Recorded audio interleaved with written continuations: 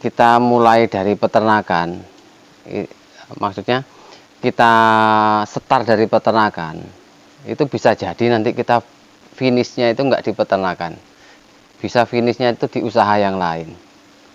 Nah, jadi kita tuh nggak tahu kita mulainya di peternakan itu nanti akan sukses di peternakan, itu juga belum jaminan.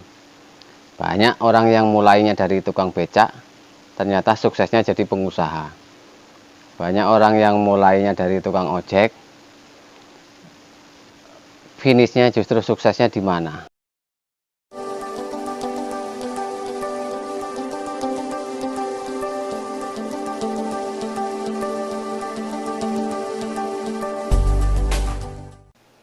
Assalamualaikum warahmatullahi wabarakatuh. Sahabat Jaya, ketemu lagi dengan saya Yanto dari Jaya Farm.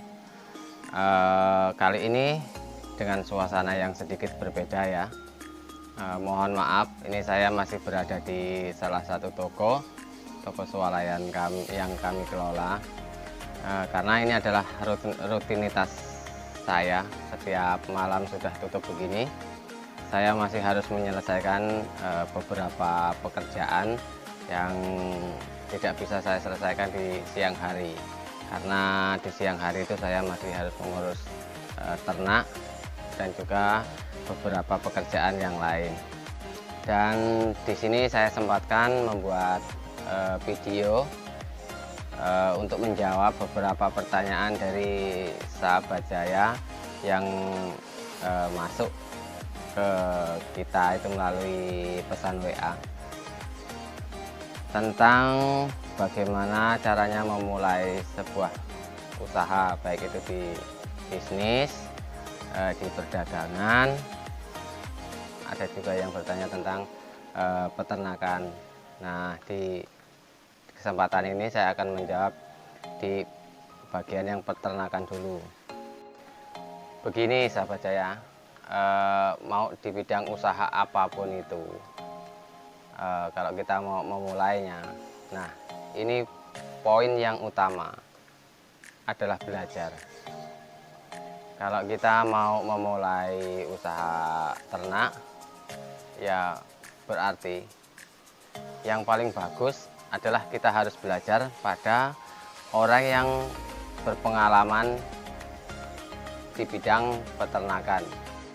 Poin yang utama adalah belajar sahabat saya. Kalau kita memang mau menggeluti usaha peternakan, ya cara yang paling bagus adalah kita harus belajar dari pengalaman orang yang memang bergelut di bidang peternakan. Itu baru jos. Bukan belajar pada orang yang punya ilmu di bidang peternakan. Karena yang punya ilmu itu belum bisa dipastikan dia punya pengalaman untuk mengurus ternaknya. Karena pengalaman itu ada, itu karena telah proses praktek yang sudah dilewati. Ya pengalaman di bidang menangani penyakit kambing, pengalaman saat menangani kambing pertama kali masuk, pengalaman untuk menangani saat kambing laktasi, atau juga pengalaman-pengalaman lain di dunia kambing. Itu semua ada karena telah kita menjalani dulu. Kembali lagi, kalau kita mau belajar di proses peternakan, tentang usaha peternakan, itu harus pada orang yang punya berpengalaman di bidang peternakan, bukan pada orang yang punya ilmu peternakan. Jadi kita mau belajar dimanapun boleh, mau belajar pada siapapun bagus, atau kita mau belajar pada banyak orang itu pun mantap. Tapi walaupun kita belajar pada 1000 orang atau 1000 guru, tapi tetap pakemnya cukup satu. Misalnya Kalau hari ini kita berkunjung ke farm A. Metode yang beliau terapkan adalah pakan kering. Dan dombanya bagus-bagus.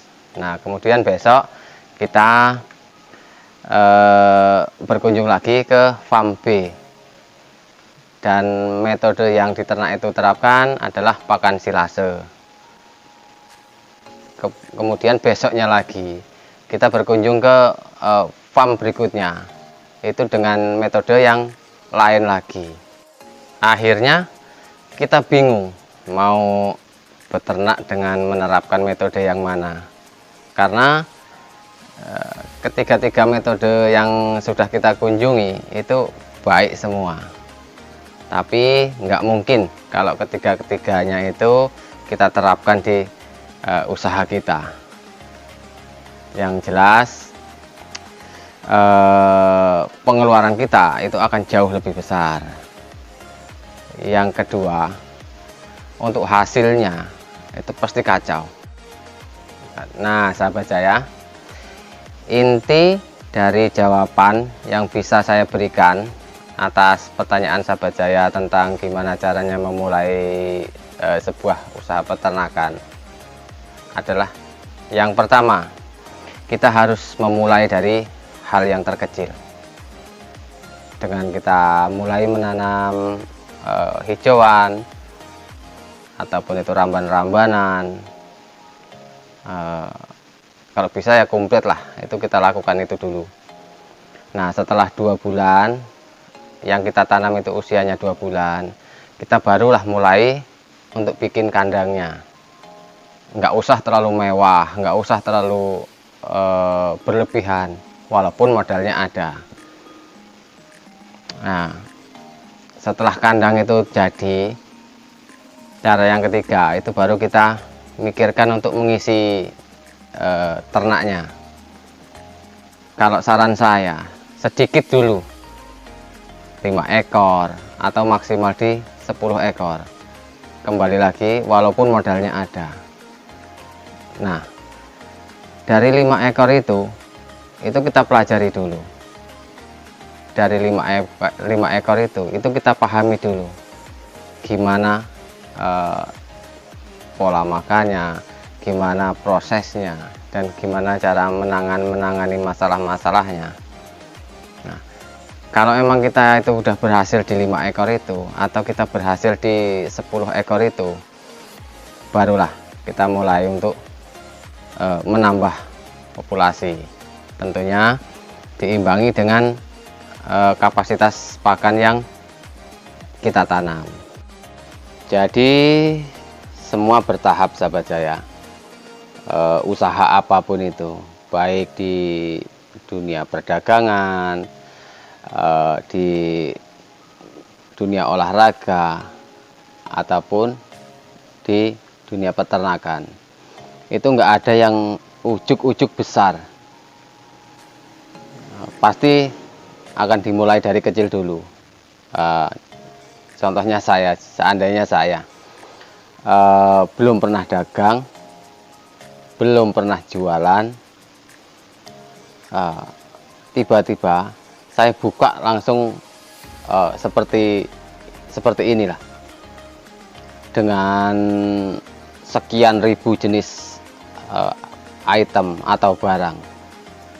Nah, yang ada sukses enggak, stres iya. Begitupun dengan peternakan, kita harus pelajari sedikit dan bertahap. Nah, di situ baru akan ada pelajaran yang bisa kita dapatkan. Gimana kalau kita belajar dari YouTube? Dari YouTube boleh, dari YouTube itu bagus, tapi sebaiknya kita belajar dari YouTube itu hanya 20% saja, hanya sebagai sumber inspirasi kita saja. Yang bisa kita pelajari dari YouTube itu hanya 20%-nya saja, dan yang 80%-nya adalah tetap dari praktek. Hampir semua orang hebat, hampir semua pengusaha yang sukses itu itu bisanya itu karena dari praktek, bukan begitu belajar teori langsung pintar, itu enggak. Ya pasti akan nemu dulu kendala, kerugian, cacian dan lain sebagainya, itu pasti nemu dulu. Nah, asal karena mereka itu bisa lewati dan mereka pun bisa petik hasilnya sesuai yang mereka harapkan. Nah, jadi intinya kalau emang mau ke dunia peternakan, ya udah kita mulai dulu dari tahap-tahap yang sudah saya sampaikan itu tadi. Nanti di situ kita bisa tahu sedikit demi sedikit, karena kita mulai dari peternakan, maksudnya kita start dari peternakan, itu bisa jadi nanti kita finishnya itu enggak di peternakan, bisa finishnya itu di usaha yang lain. Nah, jadi kita tuh nggak tahu kita mulainya di peternakan itu nanti akan sukses di peternakan, itu juga belum jaminan. Banyak orang yang mulainya dari tukang becak ternyata suksesnya jadi pengusaha. Banyak orang yang mulainya dari tukang ojek, finishnya justru suksesnya di mana. Nah, jadi intinya tinggal gimana cara kita untuk menyikapi setiap hal-hal yang menghalangi kita, yang kita temui. Intinya kita mau belajar aja lah, belajar dan berani untuk praktek. Nah, kurang lebih demikian yang bisa saya jawab dari pertanyaan yang cara memulai di usaha peternakan. Nah, apabila dari sahabat saya ada tambahan cara untuk memulai atau bisa untuk melengkapi, itu bisa dituliskan melalui kolom komentar. Dan bagi sahabat saya yang bertanya dan belum dapat kami jawab, insya Allah akan kita jawab di video-video berikutnya. Dan juga bagi teman-teman atau sahabat saya yang masih ada yang perlu ditanyakan, boleh ditanyakan melalui via WA yang akan kami hadirkan nanti di dalam video ini. Apabila nanti saya bisa menjawab, saya akan jawab. Apabila saya tidak bisa menjawab, saya akan cari narasumber sesuai dengan yang sahabat saya tanyakan. Kurang lebih ini saja yang dapat saya sampaikan di video kali ini. Semoga bisa terjawab yang ditanyakan. Mohon maaf kalau ada kekurangan. Terima kasih. Wassalamualaikum warahmatullahi wabarakatuh.